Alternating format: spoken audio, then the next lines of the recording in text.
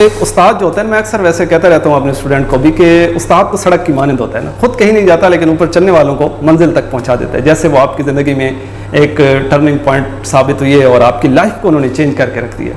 تو ڈاکٹر صاحب اس حوالے سے آپ کیا کہنا چاہیں گے کہ انہوں نے کیا کی رول پلے کیا، آپ کو کس طرح موٹیویٹ کیا کہ آپ کا جذبہ بڑھا اور آپ یہاں تک پہنچے؟ مجھے اس سے پہلے والدہ کے علاوہ کبھی بھی کسی نے یہ نہیں کہا تھا کہ آپ ایک اچھے انسان ہیں، صحیح ہے، یا اچھے بیٹے ہیں، یا آپ بہت کچھ کر سکتے ہیں. صحیح ہے.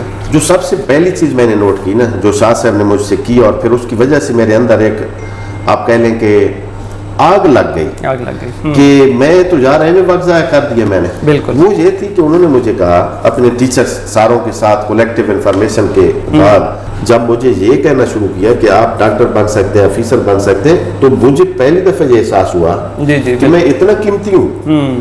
یہ جو قیمتی ہونے کا احساس تھا اس نے میرے اندر آگ لگا دی.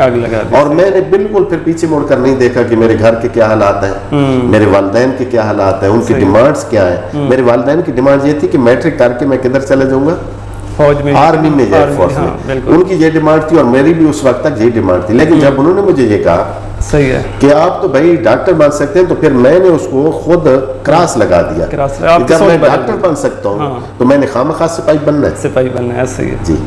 لیکن حالات اتنے دگرگوں تھے جس طرح بتا رہے ہیں، تو پھر کس طرح؟ اچھا، اب جو مسئلہ یہ تھا نا، اب جو ہی مجھے یہ احساس دلایا گیا کہ آپ قیمتی ہیں، جی جی، تو اس احساس نے مجھے اپنے آپ میں نے ایک آپ کہہ لیں کہ ایک آزاد انسان بنا دیا. تو میں نے خود بھی ہر چیز کو نا بڑا لائٹ لینا شروع کر دیا. ایٹ دا سیم ٹائم چونکہ میں اس وقت اتنا میچور نہیں تھا، تو میں نے یہ سوال اٹھایا شاہ صاحب کے سامنے کہ شاہ صاحب، میں نے آپ کی بات پہ من وان یقین کر لیا کہ اللہ نے مجھے ایک قیمتی ترین انسان بنا کے بھیجا، اشرف المخلوقات ہوں میں. جی جی بالکل.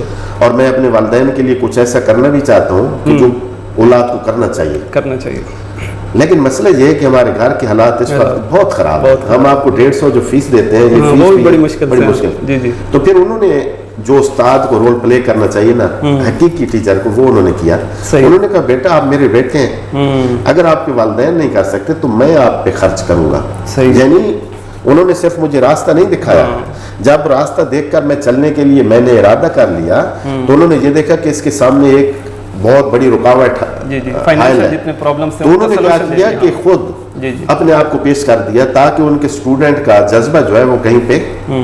اچھا عموماً کیا ہوتا ہے کہ میں کہتا ہوں کہ یو کین ڈو اٹ، لیکن جب آپ کہتے ہیں کہ جی آپ کا جو پارٹ کا رول ہے وہ پلے کریں، تو میں کیا کہتا ہوں، میں دعا کروں گا بیٹا، آپ ہمت سے کام لیں. اب یہاں سے کیا ہوتا ہے کہ جو بندہ موٹیویشن دے رہا ہوتا ہے، موٹیویشن کی حد تک تو اس نے رول پلے کر دیا، لیکن جب اس کو اپنے آپ کو پیش کرنے کا ٹائم آتا ہے تو وہ کیا کرتا ہے، پیچھے ہٹ جاتا ہے. اب سیدنا محمد شاہ کی جو خاص بات تھی، وہ اپنے بچوں کو موٹیویٹ بھی کرتا تھا اور پھر اپنے آپ کو پیش بھی کرتا تھا کہ اس کا اسٹوڈنٹ اپنے آپ کو تنہا محسوس نہ کرے.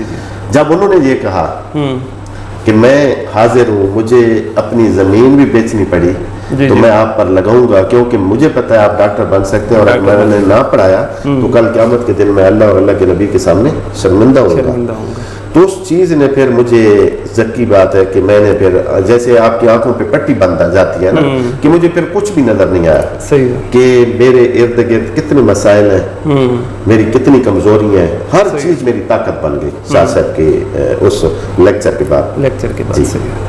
اچھا، آپ نے یہاں پہ ایک تصویر لگائی ہوئی ہے اپنی والدہ صاحبہ کی، اس کے بارے میں کیا کہنا چاہیں گے؟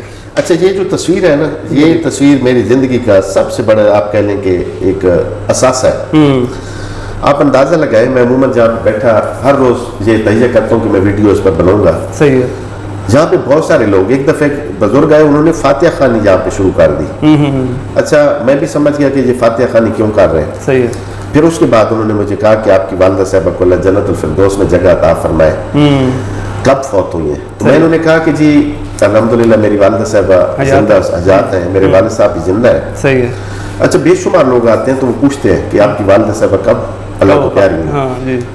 تو میں بڑا حیران ہوا ہوں کہ ہم اتنے بدبخت ہیں کہ ہم اپنے والدین کے ساتھ تصویر کو یا ان کی تصاویر کو اپنے کمروں کا اپنے آفیسز کا اس وقت ایسا بناتے ہیں جب وہ دنیا سے جا چکے ہوتے ہیں. تو یہ ایک لحاظ سے موٹیویشن ہے. یہ مجھے یاد دلاتی ہے کہ یہ میری والدہ ہے اور ان کے جیسا دنیا میں اس وقت عظیم کوئی نہیں ہے. ان کے پاؤں کے نیچے میری جنت ہے. اور جو میرے پاس نوجوان آتے ہیں, بیٹیاں آتی ہیں, بیٹے آتے ہیں, ان کو بھی ایک تحریک ملتی ہے کہ دنیا میں آپ اپنے ماں باپ کے ساتھ بیٹھ کر ان کے ساتھ چل کر فخر محسوس کیا کریں. جی جی بالکل. اب جو پرابلم چل رہا ہے ہماری نوجوان نسل کا, ہم کسی بھی گلوکار کے ساتھ, سپورٹس مین کے ساتھ, بڑے فخر سے ڈانسر کے ساتھ, ہم کسی بھی سیلیبریٹی کے ساتھ تصویر بنا کر اس پر بڑا ناز کرتے ہیں. لیکن آپ غور کریں, ہمارے بچے اپنے والدین کے ساتھ بیٹھ کر تصویر بنانا کفت سمجھتے ہیں, اس کو اچھا نہیں سمجھتے. اور یہی ہماری تباہی اور بربادی کا جو ہے میرے خیال میں یہی وجہ ہے. صحیح. تو یہ بہت زبردست میسج ہے. یہاں پہ بہت سارے سرٹیفکیٹس بھی پڑے ہیں, شیلڈز بھی پڑی ہیں. میں چاہوں گا کہ تھوڑا ان کے بارے میں بھی آپ بتاتے جائیں. جی سر, وہ سارے کے سارے جو ہے نا آپ کہہ لیں کہ وہ تحفے ہیں, وہ انعام ہیں, وہ میڈلز ہیں جو مجھے آپ جیسے لوگوں نے اپنے اسکولوں میں, کالجوں میں مہمان کے طور پر بلایا, وہاں پہ بات چیت کرنے کا موقع دیا. اور جب میں وہاں پہ پہنچا تو آپ لوگوں نے مجھے عزت میری کی, مجھے داد دی, اور جو میرا مشن ہے اس کو آپ لوگوں نے سپورٹ کیا. اور اس کی صورت میں مجھے آپ لوگوں نے اپنی یادیں دیں کہ جی آپ ہمارے پاس آئے تھے, آپ ایک بہت اچھا کام کر رہے ہیں. تو یہ وہ یادگاریں ہیں, یہ بے شمار ہیں جو جہاں پہ آ سکتی تھی میں نے رکھی ہیں. اس کے علاوہ بھی 20 ہوئے.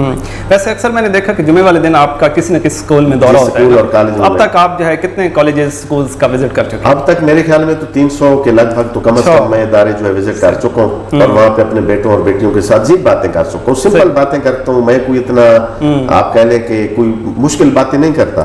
میں اپنے ماں باپ کے, اپنے سازہ کرام کے اور ان لوگوں کے ارد گرد گھومتا رہتا ہوں جنہوں نے میری زندگی میں بہتری لانے کے لیے فائنانشلی, مورلی یا کسی بھی لحاظ سے انہوں نے مجھے سپورٹ کیا. میری زندگی کے 3 پلر ہیں. قرآن و حدیث کی روشنی میں والدین, ان کے ساتھ وفا کرنی ہے, اپنے سازہ کرام کے پاؤں کی خاک بننا ہے, جن لوگوں نے آپ کو کندھے پیش کیے, جنہوں نے آپ کو اپنے ہاتھ پیش کیے, جن لوگوں نے اپنا حلال کی کمائی میں سے آپ کے لیے پیسے وقف کیے, ان لوگوں کا اشتہار بننا ہے. ایسا ہی ہے. باتیں تو ڈاکٹر صاحب بہت ساری ہیں, لیکن میں چاہ رہا ہوں کہ وقت کم ہے تو ساری چیزیں نا تھوڑا اس پہ ڈسکشن ہو جائے. تھوڑا سا اپنی یہ جو آپ کی تنظیم ہے موساز, اس کے حوالے سے بھی تھوڑا سا بتائیے گا. موساز یہ ہے کہ یہ 2017 میں 14 اگست کے دن ہم نے اس کی بنیاد رکھی. اچھا. اور 2017 سے لے کر 2021 کے 14 اگست تک 4 سال مسلسل جتنی اللہ نے مجھے توفیق دی, میاں والی کا جو بیٹا بیٹی میرے پاس آیا, جتنا اس نے ڈیمانڈ کی, میں نے کوشش کی کہ وہ اوکھا ہو کر سوکھا ہو کر میں نے اس کی ڈیمانڈ پوری کی. صحیح ہے. یہ میں اپنے محسنوں کو خراج تحسین پیش کرنا چاہتا تھا اور ان والا ہی رول پلے کرنا چاہتا تھا. صحیح ہے. کیونکہ آج اگر میں ڈاکٹر حنیف نیازی ہوں اور آپ اتنی دور سے میرے پاس انٹرویو لینے آئے تو اس قابل میں کیسے بنا؟ اللہ کی مہربانی سے اور ان لوگوں کی وجہ سے جن لوگوں نے مجھے سپورٹ کیا.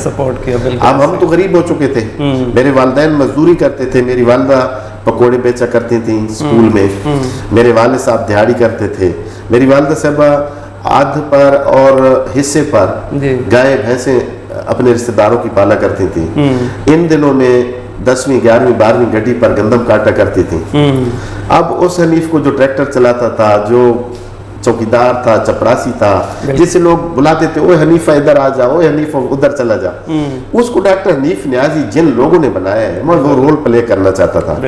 اس رول پلے کرنے کے لیے میں نے اپنے محسنوں کی نقش قدم پر پریکٹیکلی چلنے کے لیے یہ تنظیم کو بنیاد رکھی.